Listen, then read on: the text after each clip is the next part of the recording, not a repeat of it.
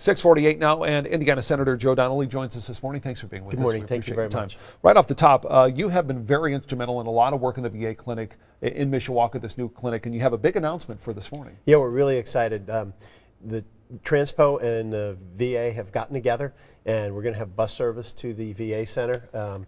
We will actually have the stop right at the VA center, so it can be like door-to-door service. We're very excited.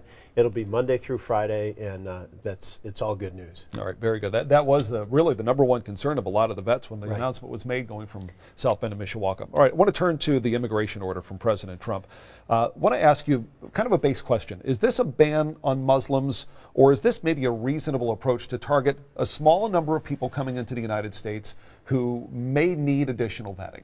Well, I think he initially looked at it as a ban on Muslims, and unfortunately that's what all of our allies and countries around the world are also thinking. This was not necessary because we already have extremely strong vetting programs in place, 2 to 3 year processes, biometrics, State Department, Homeland Security. Everyone is involved in this, and unfortunately what has happened is people like Iraqi interpreters who have fought with our troops, who have been right next to them, have been hung up in this. It has sent a message to those interpreters, to people who are helping us all around the world. I may not want to get involved because it may not end well. Do you think this executive order is legal? I think that the question of constitutionality is going to be determined. It's viewed that it may have violated the Equal Protection Clause, the Due Process Clause, and my expectation, you saw the judge in New York said, by the preponderance of the evidence, it's very likely that it will be overturned as unconstitutional.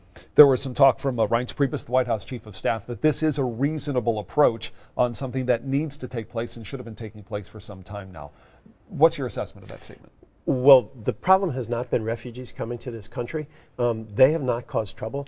This is an approach that is going after a problem that, as we look at it, does not exist in these particular areas that you're talking about. As I said, we have extensive vetting in place, State Department, Homeland Security, biometrics, all of these things.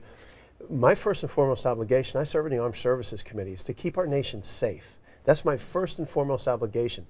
What this does, as Senator McCain has said, as Senator Graham has said, is gives a recruiting tool to ISIS and makes it more dangerous for our friends. So this is one of many executive orders that we've seen over the first week of the Trump presidency.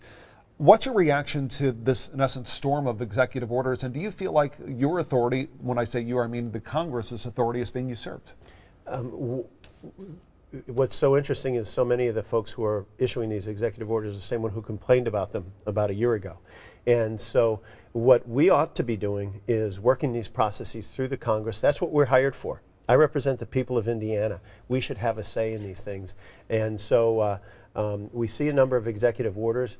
I think the president would be much more successful if he worked with us rather than the opposite. A real quick question. We're looking for a number of cabinet positions still to be filled. You've already come out against Betsy DeVos for education, and the next big question is Rex Tillerson, Secretary of State. Obviously, arguably the biggest name still to be decided. What's your take on Mr. Tillerson? I'm reviewing all of the materials on Mr. Tillerson. What I'm most concerned about is at the same time that we were working to defend our friends, Ukraine and other countries, we put sanctions in place against Russia. He was the head of ExxonMobil and actively worked to undercut the very things his country was trying to do. Okay. Senator Donnelly, thanks very much for being with us. Thank you very much.